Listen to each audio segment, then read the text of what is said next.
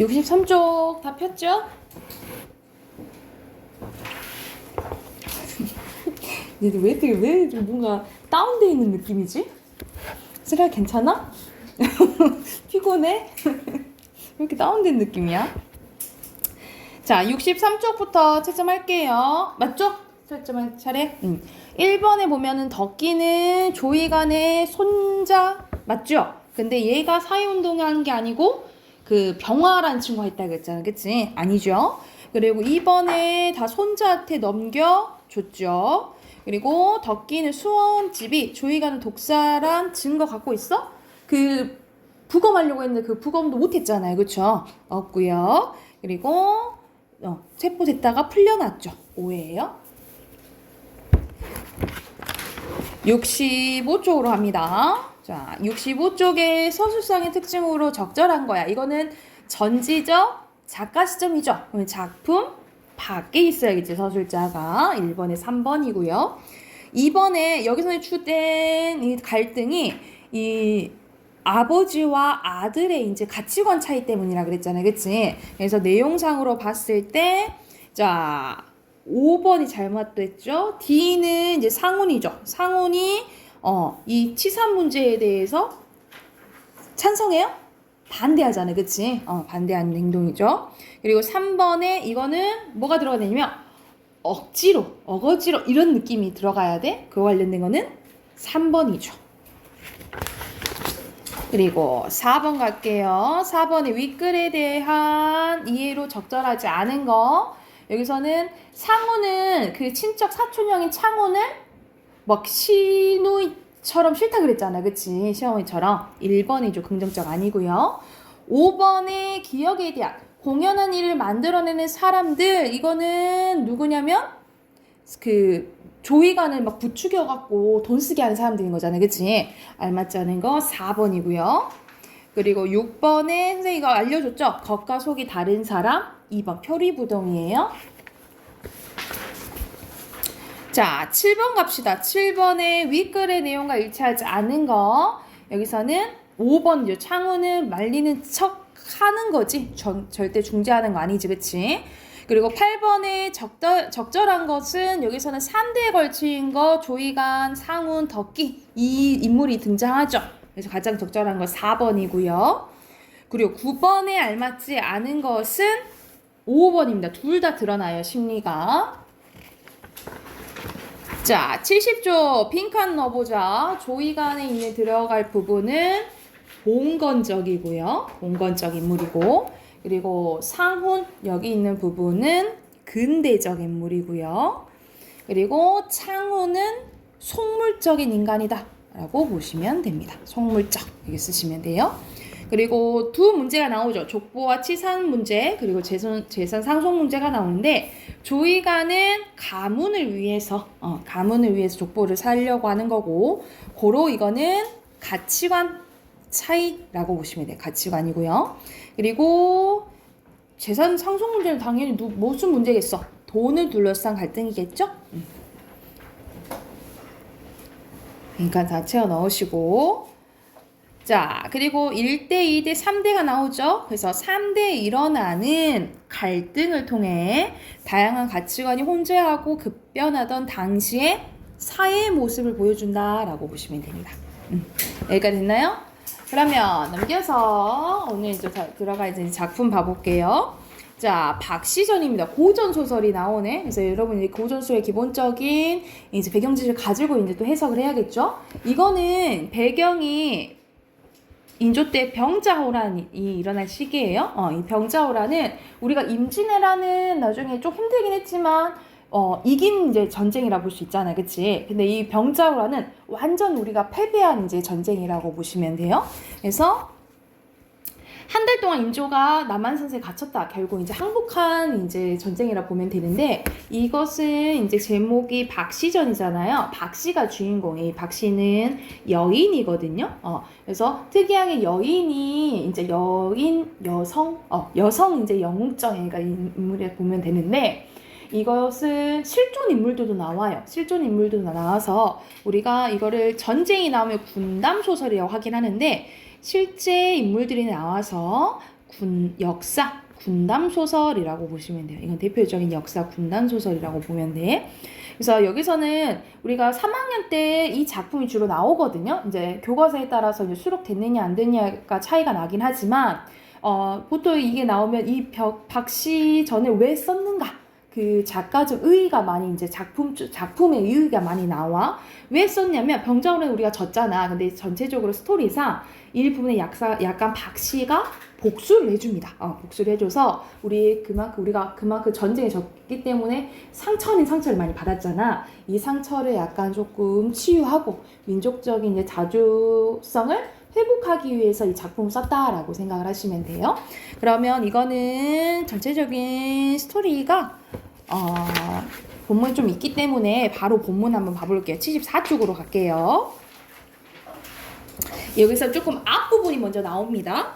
앞부분에 이제 박씨가 나오고 이 사람과 집안끼리 어른들끼리 알아서 이시백은 실존 인물이거든요. 그래서 박씨와 이시백이 결혼을 하게 돼요. 이제 중매로 이제 결혼을 하게 되는데 이 박씨는 딱 결혼했을 때 너무 세상에 못생긴 거야. 그러면 남자가 좋아할까? 좋아하지 않아요. 그래서 약간은 이제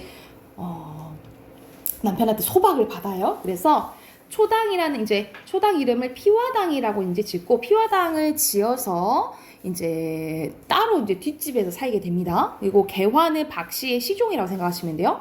개화 더불어 피화당에서 외로이 지내며 집들 전후 좌우로 여러 종류의 나무를 가져다 심었다. 동쪽에는 푸른 기운으로 따라 푸른 흙으로, 서쪽에는 흰 기운을 따라 흰 흙으로, 남쪽에는 붉은 흙으로, 북쪽에는 검은 흙으로 그 뿌리를 부둬두고 중앙에는 누런 기운을 따라 누런 흙으로 뿌리를 북돋아 5색이 영롱하게 심어놓고 때에 맞춰서 물을 주었다라는 거지.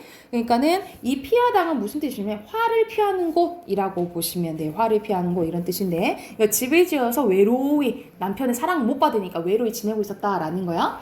박씨의 근황을 궁금한 이상공은 여기서 상공은 이제 시아버지라 보시면 돼요. 이제 시아버지가 개화를 불러오면 묻습니다. 요즘 부인은 무슨 일로 소일을 하더냐? 뒤뜰에 온갖 나무를 심으시고 소멸하여 기르게 하고 있습니다. 라고 하니까 상공이 개화를 따라 데려가 쥐를 둘러보니까 온갖 나무의 사면에 무성하게 자라고 있었대. 나무는 용과 범이 변하여 바람과 비를 부른 듯하고 가지는 무수한 새와 뱀이 서로 꼬리를 맞대고 있는 듯했다. 그 모습이 너무나 엄숙하여 똑바로 쳐다보기 어려울 정도였대요. 이 사람이 곧 신선이구나. 나로서는 감히 재주를 헤아릴 수 없을 것이다. 하면서 여기서는 이제 박씨의 능력에 대해서 감탄하는 부분이 나온다라고 보시면 돼요.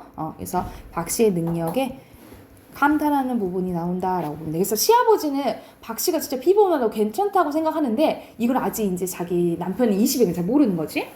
그래서 저 나무는 무슨 일로 심었느냐? 박씨가 공손하게 대답했대요. 길흉화복은 인간의 삶과 늘 함께하는 것이옵니다. 뒷날 무슨 일이 생겼을 때 이 뒷날 무슨 일이란 것은 고로 그래서 얘기해줬죠? 병자호란 얘기를 하는 거지. 청나라가 쳐들어온 거. 병자호란 생겼을 때 저 나무를 미리 막아보고자 심었다라는 걸 미리 이제 예측을 하고 준비를 한 거죠. 그렇다면 혹시 이 집을 피화당이란 것도 그와 관련이 있는 것이냐? 그러하옵니다. 상공이 그 까닭을 자세히 알고 싶어 다시 물었지만 박씨는 말을 아꼈대요. 하늘의 뜻이기에 차마 누설하지 못하겠다라는 거야. 후에 자연히 아시게 될 것입니다. 더 묻지 마세요. 라고 이제 얘기를 하네. 너는 참으로 나 같은 사람의 연애가 되게 아까운 사람이구나. 내 운수가 사나워서 그런지 아니면 내 자식이 어리석어인지 부부의 즐거움을 알지 못하고 헛되이 세월만 보내는 것이 안타깝다. 내 나이 이제 60이라 내가 곧 죽으면 너같이 어진 사람이 집안의 냉대를 어찌 견딜지 그게 걱정이다. 그러니까 며느리 걱정하는 거죠. 상공이 길게 탄식하며 말했지만 박씨는 오히려 상공을 위로했대요. 소부의 생김새가 추하여 부부의 즐거움 모르는 것이니 이건 다 소부의 탓입니다. 제 잘못이에요. 라고 얘기를 하니까 누구를 원망하겠습니까? 라고 얘기를 하죠. 그래서 여기서 이제 알 수 있는 부분이 당시에 약간 이제 우리가 여자는 이렇게 참아야 되고 이래도 괜찮고 이런 게 있는 거죠. 그래서 당시에 사회적 관념이 드러난다라고 보시면 돼요. 사회적인 관념. 또는 여성적인 지위가 드러난다라고 보시면 돼요. 여성적 지위가 드러난다 라고 써놓으시면 되겠죠. 다만 제가 원하는 것은 가군이 남편이 과거에 급제해서 부모님하고 영화를 보게 하고 나라의 충성으로 도와 그 이름을 널리 알리는 것입니다. 그래서 나라의 충성으로 이름 날리는 걸 뭐라 하냐면 우리가 여기 이때는 무슨 사회지? 조선시대니까 유교 사회잖아요. 그쵸? 이때는 이제 효 이랬으면 좋겠다라고 얘기를 하는 거야. 그래서 여기서는 이제 유교 사회인 걸 이제 알 수가 있고 특히 남자로 태어났으면 이름 좀 날리고 좀 유명해지고 이런 걸 뭐라 하냐면 입신양명이라고 해요. 그래서 남편이 입신양명했으면 좋겠다라고 얘기하는 거죠. 그런 후에 다른 가문의 아내를 얻어 자식을 낳고 탈없이 오래 산다면 저는 죽어도 여한이 없을 거래. 진짜 심성이 좋죠? 난 그러면 이렇게 남편 잘 되고 난 나 안 이뻐도 되니까 나 아내 또 얻어가지고 잘 살고 이랬으면 좋겠다 라고 얘기를 하는 거야.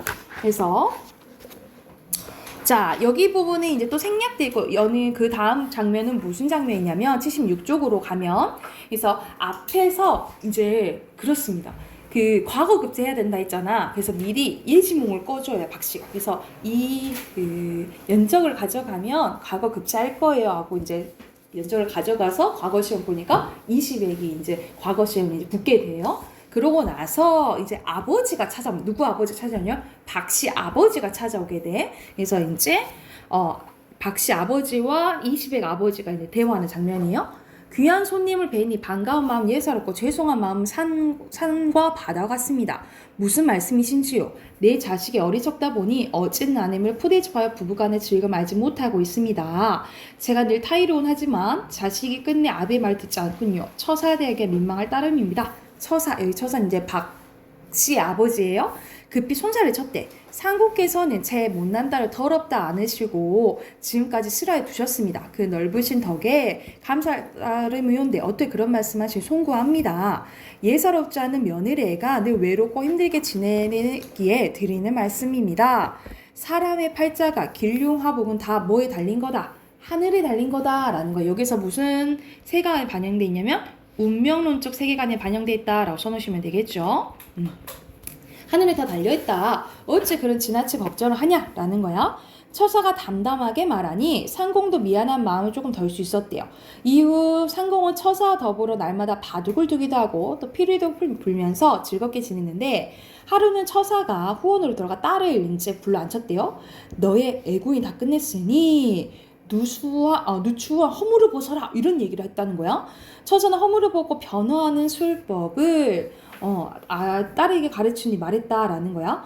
허물을 벗거든 버리지 말고 시아버지에게 오그릇된 화음을 짜달라 해서 그 속에 넣어두거라.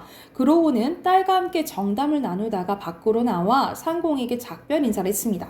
상공이 못내 섭섭해야 만류했지만 처사는 듣지 않았는데 할 수 없이 한 잔 술로 작별을 고하고 문 밖으로 나가 전송했다라는 거죠.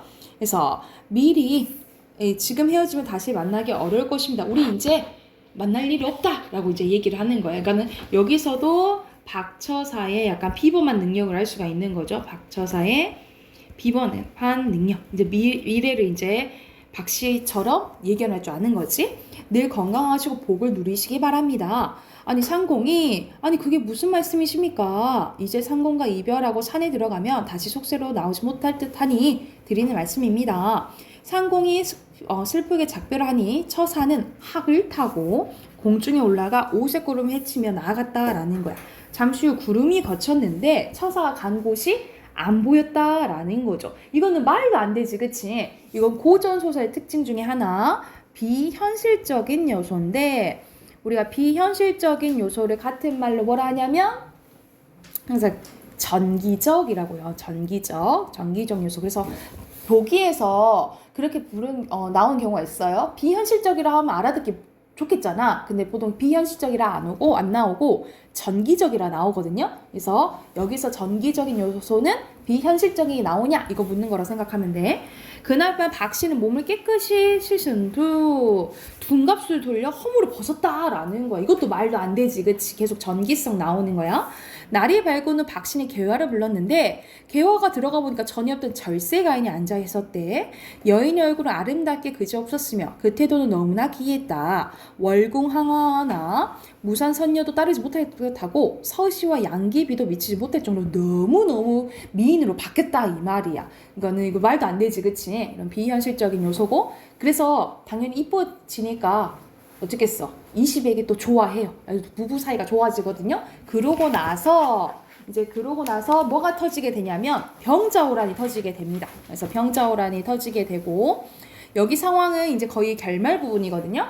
이 상황에서 이제 박 씨는 피화당이 이제 자기 가족들을 이제 피신시켜줘요. 전쟁이 일어났으니까. 근데 자, 누가 쳐들어오게 되냐면 청나라의 용골대와 용울대라는 이제 형제가 쳐들어오게 되는데, 얘는 실존 인물이야. 용골대는 실존 인물이야. 근데 용울대는 실존 인물이 아니에요. 그래서 이 상황에서 용울대 보고 먼저 저기 피화당 가서 조금 좀 지켜봐라 라고 하니까 이 용울대가 박씨의 손에 죽게 돼요. 이 박씨의 손에 죽게 되거든요. 그럼 당연히 형인 용골대가 화가 날 수밖에 없겠지, 그치? 그래서 이 상황은 용골대가 이제 인조의 항복을 받고, 그 다음에 이제 지금 박씨 집에 온 거라고 생각하시면 돼요. 박씨 이제 집에 와가지고 복수를 하기 위해서 온 거라고 생각하면 돼. 자, 그런데 이제 박씨도 보통 인물이 아니죠. 이제 박씨가 개화를 시켜서 이제 용골대에게 소리를 칩니다. 무지한 오랑캐 놈들아, 내 말 들어라. 조선에 운수가 사나워서 은혜도 모르는 너희에게 패배를 당했지만 왕비는 데려가지 못할 것이다. 이렇게 얘기를 해요. 만약 그런 뜻을 나면 내 너희를 몰살할 것이 당신 당장 왕비를 모셔라 라고 한 거야. 그러니까는 지금 인조의 항복을 받고, 자, 우리가 현실적으로 역사적으로 자, 복림 대군이랑 이제 형님 대군은 이제 소현세자와 복림 대군을 이제 볼모로 끌고 가요. 볼모로 이제 끌고 가는데, 여기서는 이 소설상에서는 누구도 데리고 가, 지금 왕비도 데리고 가려고 하는 거야. 왕후도 데리고 가려고 하는 거야. 자, 그런데 당연히 소설이면 우리가 완전히 복수하는 걸로 끝내면 좋잖아, 그치? 그런데 인조가 항복하거나 이렇게 볼모로 데려가는 것은 확실하게 바꾸지는 못해요. 왜냐면 역사를 함부로 다 바꿀 수는 없는 거야, 그치? 그래서 여기서는 역사를 이제 다 바꾸지는 못했다. 바꾸지는 못했다라고 보시면 못하고, 그래서 대신에 뭐라고 하냐면 왕비는 데려가지 말아라라고 하는 거야. 아니, 데려가지 말라 하면은 대군이랑 세자도 데려가지 못하게 해야 될 거 아니야, 그치? 그런데 여기서는 왕비만 데려가지 못하게 해요. 이게 이제 여기서 소설의 한계다라고 보시면, 여기에서 소설의 한계다라고 보면 돼. 하지만 용골대는 헛웃음을 날렸대요. 참으로 가소롭구나. 우린 이미 조선 왕의 항소를 받았다. 이건 역사적으로 맞죠? 데려가고 안 데려가고는 우리의 뜻에 달리는 일이니 그런 말을 입 밖으로 내지도 마라. 오히려 욕설만 퍼붓고 듣지 않자 개화가 소리쳤대요. 너희 뜻이 진실로 그러하다면 이제 내 재주를 한 번 더 보여주겠다 하면서 박씨가 개화를 통해서 이제 재주를 보여주는 거예요. 개화가 주문을 외자 문득 공중에서 두 줄기 무지가 일어나며 모진비가 천지를 뒤덮을 듯 쏟아졌다. 그리고 얼음이 얼고 그 위를 흰눈이 날리니 오랑캐 군사들의 말과 굽이 땅에 붙어 한 걸음도 못 움직이게 했다라는 거야. 이제야 용골대는 사태가 예사롭지 않음이 느껴지는 거야. 이것도 전기적인 요소죠, 그치? 여기도 이제 비현실적인 요소가 드러나는 거지. 당초 우리 왕비께서 분부하시길 장안에 신인이 있을 것이니 이 신인이란 고로 누구였던 거야? 박씨였다는 거죠, 그치? 20에게 후원을 범치 말라 하셨는데 과연 그거 슬리만이 아니었구나. 지금이라도 부인에게 빌어 무사히 돌아가는 편이 낫겠다. 그러니까는 이제 보통 일이 아니네 하면서 이제 대드는 것을 포기한 거죠, 용골대가. 그래서 용골대가 갑옷을 벗고 창칼을 버리는 무릎을 꿇고 애걸했다라는 거죠. 이게 역사와 다른 점이라고 보시면 돼. 이 부분이 역사와 다른 점이라고 보면 돼. 그래서 여기서는 그나마 작품 속으로서만 소설 속에서나마 보상받으려는 이 민중의 심리가 반영돼 있다라고 보시면 돼요. 소설 속에서나마 보상받으려는 우리 민중의 심리가 반영되어 있다라고 보시면 되겠죠. 이게 역사와 다른 점이라고 보면 돼. 소장이 천하를 두루다니며 조선까지 나왔지만 지금까지 무릎을 꿇은 적이 한 번도 없었습니다. 이제 부인 앞에 무릎을 꿇어 부인하이다. 부인의 명대로 왕비를 모셔가지 않을 것이니 부디의 길을 열어 무사히 돌아가게 해주십시오 하고 이제 빌게 된 거예요. 무수 예언하자 그제야 박씨가 발을 걸고 나왔대. 원래는 너희 씨도 안 남기고 다 죽이려고 했다. 하지만 내 사람을 죽이는 것을 좋아하지 않기에 용서하는 것이니 네 말대로 왕비는 모셔가지 말아라. 네 말대로 왕비는 모셔가지 말아 했다라는 거야. 그런데 너희가 부득이 세자와 대운을 모셔간다면 그 또한 하늘의 뜻이 거역하지 못하겠구나 라고 했다라는 거지. 그러니까는 이것도 약간의 한계가 나오는 거죠. 그러니까 역사를 완전히 바꾸지는 못한 거야. 그래 왕비는 데려가지 마는데 세자랑 대구는 어쩔 수 없지 이러는 거예요. 조금 이제 아쉽지. 부디 조심하여 모셔가라. 그러지 않으면 신장과 갑옷 입은 군사들을 몰아 너희를 다 죽인 후에 너희 국왕을 사로잡아 분함을 풀고 무지한 백성까지 남기지 않을 것이니 나는 앉아서 다 알 수 있다. 부디 명심해라. 오랑캐 병사들이 황급히 머리를 조아리고 용골 땐 다시 애원을 했대요. 말씀드린 황송아오나 소장 아우의 머리를 내주죠. 선생님이 그 박씨 그가 이 아우인 용울대를 죽였다 했죠. 내려주시면 부산의 태산 같은 은혜를 잊지 않을 것이옵니다. 하는데 박씨는 고개를 저었대. 듣거라. 옛날 조양자는 지백의 머리를 오치라두고 진양성에 패한 원수를 갚았다 하더구나. 우리도 용울대의 머리를 내어주지 않고 남한산성에 패한 분을 조금이라도 풀려고 한다 라는 거야. 이게 이 박씨전을 짓게 된 이유라고 보시면 돼요. 밑에 써놓으시면 되겠죠. 이게 박씨전의 창작 의도라고 보시면 됩니다. 이 부분이 박씨전의 창작 의도라고 써놓으시면 되겠죠. 아무리 애걸해도 그건 못 주겠다 라고 한 거야. 그래서 용골 때는 영울대의 머리를 보고 통곡할 수밖에 없었다 하고 이러고 이제 박씨한테 무릎 꿇고 돌아가게 되는 이야기라고 생각하시면 돼요. 그래서 여기서 이제 주된 내용은 선생님 뭐라고? 이 박씨의 창작 의도 이거라고 생각을 하면 돼. 그래서 이거를 이제 묻는 문제가 나온다고 하면 이제 보통 서술형으로 나온다라고 생각을 하시면 되겠죠. 오케이, 이것도 문제 풀어오시면 되겠죠. 80쪽까지 80쪽까지 문제 풀어오시고 비문학 꺼내봅시다.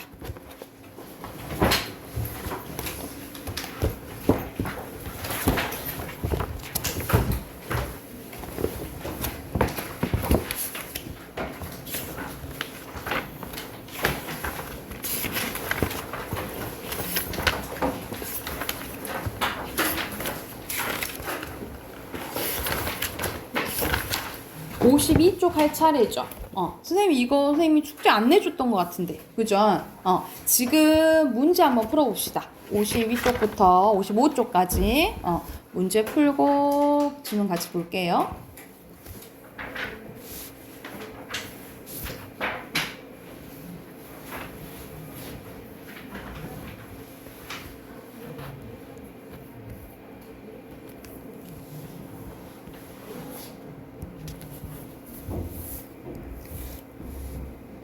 자, 같이 한번 봐볼까요? 여기서는 이제 세금에 대해서 이제 나오죠. 자, 맨 첫 번째 문단부터 세금의 개념 나오네, 그치? 세금이란 정부 또는 지방정부가 수입을 얻기 위해서 법률의 규정에 따라 직접적인 반대급부 없이 자연인이나 법인에게 부과되는 경제적 부담을 세금이라고 하는데 이제 세금의 정의 나왔네요, 그죠? 세금의 정의 나왔고. 즉 세금은 정부가 사회의 안정과 질서를 유지하고 국민의 생활에 필요한 공공재를 공급하는 비용을 마련하기 위해서 가게나 기업의 소득을 가져가는 부의 강제 이전이라는 거죠. 그러니까 이 강제로 가져가는 거잖아요. 그죠? 자, 납세자들은 정부에서 제공하는 각종 재정활동, 각종 공공시설, 보건의료 그리고 복지 및 후생 등 편익에 대해서 더 큰 혜택을 원합니다. 당연히 돈 조금 내고 더 큰 혜택을 받는 게 당연한 사 아니겠어요? 그치? 그러나 공공서비스 확충을 위해서 세금을 더 많이 내겠다고 나서는 사람들은 드물다라는 거죠. 그러니까 혜택을 더 원하고 더 내지 않은 키를 원하는 거지, 사람들은.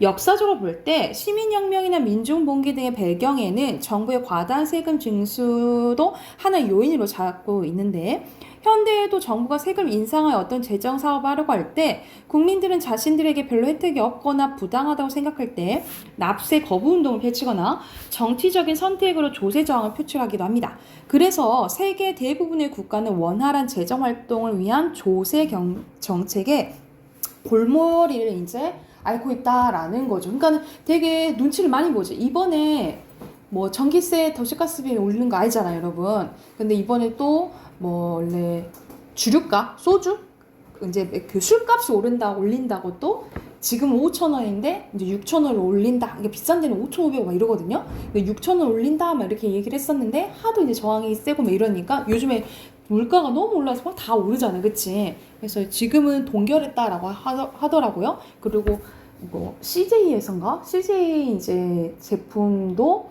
원래 그 식품 같은 걸 올리려고 했는데 이번에 기업끼리 동결했다 하더라고요. 가격을 이제 안 올리기로. 그래서 이런 식으로 이제 눈치를 이제 보는 거지. 그래서 경제학의 시조인 아담 스미스는를 비롯한 많은 경제학자들이 제시한 바람직한 조세 원칙 중 하나가 뭐냐면 여기 이제 표시해 두시면 되겠죠? 공평과 효율의 원칙을 할 수 있는데, 공평의 원칙이란 특권 계급을 인정하지 않고 국민은 누구나 자신의 능력에 따라 세금을 부담해야 한다는 의미고, 그리고 효율의 원칙이란 정부가 효율적인 제도로 세금을 과세하되며 납세자들로부터 불만을 최소화할 수 있는 방안을 징세한다는 의미다라는 거죠. 그래서 여기서는 공평의 원칙이랑 그리고 효율의 원칙에 대한 설명 나오죠, 그죠? 조세 원칙을 설명할 때 프랑스 루이 14세 때 제상한 콜베르의 주장을 대표적으로 원용하는데, 콜베르는 가장 바람직한 조세 원칙은 거위의 털을 뽑는 것 같다라고 했대요. 즉 거위 소리가 가장 적게 지르게 하면서 털을 가장 많이 뽑는 것이 가장 훌륭한 조세 원칙이라는 거예요. 거위의 깃털을 뽑는 과정에서 거위를 함부로 다루면 거위를 소리 지르거나 달아나라 버릴 거죠. 동일한 세금을 거두더라도 납세자들이 세금 내는 것 자체에 불편을 하지 않게 해야 된다는 의미다라는 거죠. 그러니까는 소리를 가장 적게 내게 하고 털을 많이 뽑아야 된다는 거지. 그러니까 불만을 최소화하고 세금도 거둘 수 있는 대로 걷어들여야 된다 이 말이야. 자, 그리고 또 어떤 거에도 차별하지 않고 공평하게 깃털을 뽑아야 한다. 이거는 공평한 과세를 의미하고요. 신용카드 등 그리고 영수증 복권 제도나 현금카드 제도도 공평한 과세를 위한 일이다라는 거죠. 더불어 각각의 상태에도 감안해야 되는데, 만일 약하고 병든 거위에게서 건강한 거위와 똑같은 깃털을 뽑게 되면 불만 생기겠죠? 이럴 때는 우리가 사회적인 계층이 있으면 배려를 좀 해줘야 된다. 이 말을 한 거라고 생각을 하시면 돼요. 그러면 해당한 또 문제 답 확인 한번 해봅시다. 1번에 적절하지 않은 거. 자, 우리 세금 많이 내려고 합니까? 전혀? 아니죠, 그치? 2번이 잘못됐네, 그죠? 2번 잘못됐고. 자, 2번 가보면 기역을 비판한 내용으로 적절한 거야. 정부의 재정활동과 세입 세출은 서로 일치해야 된다라는 거야. 그러면 이건 무슨 말인 거야? 불가피하게, 아니 불가피가 아니고 더 많이 세금을 거둘 필요가 있다는 거야. 필요한 만큼만 걷어야 된다는 소리겠죠, 그쵸? 그래서 해당하는 것은 5번이 되겠죠. 필요한 만큼만 걷어야지 불만이 적게 되겠지. 자, 54쪽 가면은 이제 각 문단마다 내용 확인 문제가 나와요. 1문단 내용 맞고요. 2문단에 세금 늘리는 거 누가 동의하겠어? 그치? 3문단에 맞고요.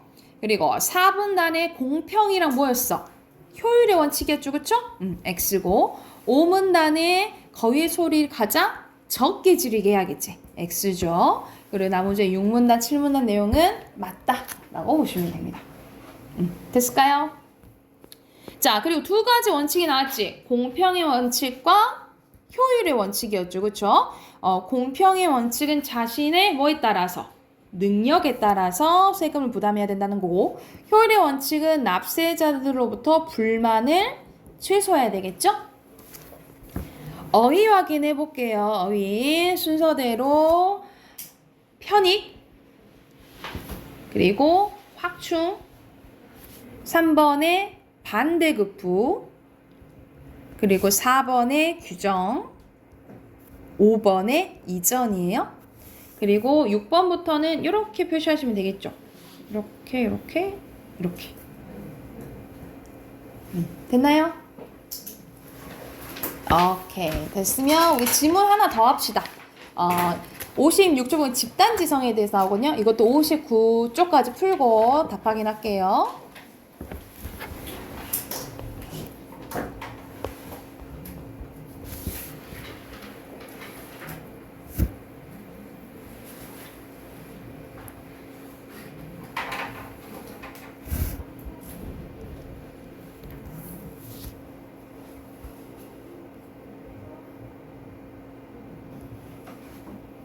이것도 같이 봐볼까요? 일단 했죠? 자, 여기서도 앞에와 마찬가지로 일문란에서 하고 싶은 말에 대한 개념이 나와 있네요. 그쵸? 집단지성에 대해서 나오는데, 이 집단지성이란 다수의 개체가 서로 협력하면서 얻게 되는 집단의 지적 능력을 집단지성이라고 한대요. 그래서 다수의 일반인이 공동의 목표를 이루기 위해서 협력하게 되면 전문가의 능력을 초월하게 된다라는 건데, 주로 공유, 참여, 그리고 협업 등의 방식으로 이루어지는 집단지성은 인지적 능력을 비롯한 두뇌 모든 활동을 포괄하는 개념을 얘기를 한대요. 21세기 전후로 집단지성은 사회의 다양한 분야에서 주목을 받고 있는데, 이는 뭐와 관련이 있냐면 인터넷의 비약적인 발달과 관련이 있대요. 자, 인터넷에 의해 지구촌이 하나의 네트워크를 형성하게 되면서 무수한 사람들이 시공간의 제약을 받지 않고 이제 협력하는 게 가능해졌다라는 거지, 그치? 자, 우리는 공유한다, 고로 창조한다라는 명제로 대변되는 집단지성의 대표적인 성공 사례로는 오픈소스 소프트 커뮤니티인 리눅스를 들릴 수 있대서 예시가 나오는 거야. 1991년 리눅스 토발즈는 자신이 개발한 리눅스 초판 프로그램과 함께 소스코드까지 인터넷에 공개를 합니다. 소프트웨어 마니아들이 무료로 다운받아 마음껏 수정하고 개선할 수 있도록 효용한 것인데, 이를 바탕으로 거대한 리눅스 커뮤니티가 자발적으로 꾸려졌대요. 자발적으로 이거는 꾸려졌다라는 소리, 만들어졌다 이런 뜻인 거잖아요. 그치? 그러면은 여기서는 선생님이 순서대로 쭈르륵 읽고 문제 풀긴 하지만, 여러분이 이제 모의고사 같은 이제 문제에 대해서 나오면 사실상 이거는 본문 내용 아니어도 문제 풀 수 있는 거잖아요. 그치? 그럼 바로 옆에 57쪽 3번 같은 문제는 바로 풀면 되는 거예요. 그럼 3번에 만들어졌다 이런 뜻은 1번이 되겠죠. 그럼 3번에 1번인 거야. 그럼 다시 본문으로 가서, 리눅스 커뮤니티는 헌신적으로 프로그램의 중행을 관리하는 수백 명의 핵심 그룹과 이들에게 개선 아이디어를 제공하는 수백만 명의 기여자들로 구성되어 있는데, 이들은 네트워크를 통해서 지속적으로 지식과 아이디어를 주고받으면서 매우 정교하고도 믿을 수 있는 프로그램을 생산해냈고, 2006년엔 전 세계 컴퓨터 서버의 80%가 리눅스를 이용했다라는 거죠. 그리고 2005년에 발표된 리눅스 배포판을 소프트웨어 한 전문가 사람이 한 개발했다면 6만 명의 시간과 80억 달러의 비용이 들어갈 것을 이 단기간에 이뤄냈다 이 말이에요. 왜냐하면 많은 사람들이 참여하게 되니까. 그래서 이 집단지성 프로젝트가 성공하기 위해서 몇 가지 요건을 갖춰야 되는데, 그 요건에 대해서 나와요. 첫째, 토바즈가 제공한 리눅스 초판같이 기여자들을 끌어들일 수 있는 훌륭한 핵심이 있어야 되는데, 이 핵심은 감당하기 어려울 만큼 복잡한 것이어서 기여자들의 도전의식을 불러일으켜야 되고, 개선에 대해서 개방되어야지만 완벽하지 않아야 된다. 이런 조건이 있다 이 말이야. 이게 핵심의 조건이야. 둘째, 핵심의 주변에 모여든 자발적인 기여자들의 규모가 되도록 크게 성장해야 되고, 기여자들은 다양한 기술과 관점을 지닌 사람들로 구성될 때 효율적이 돼요.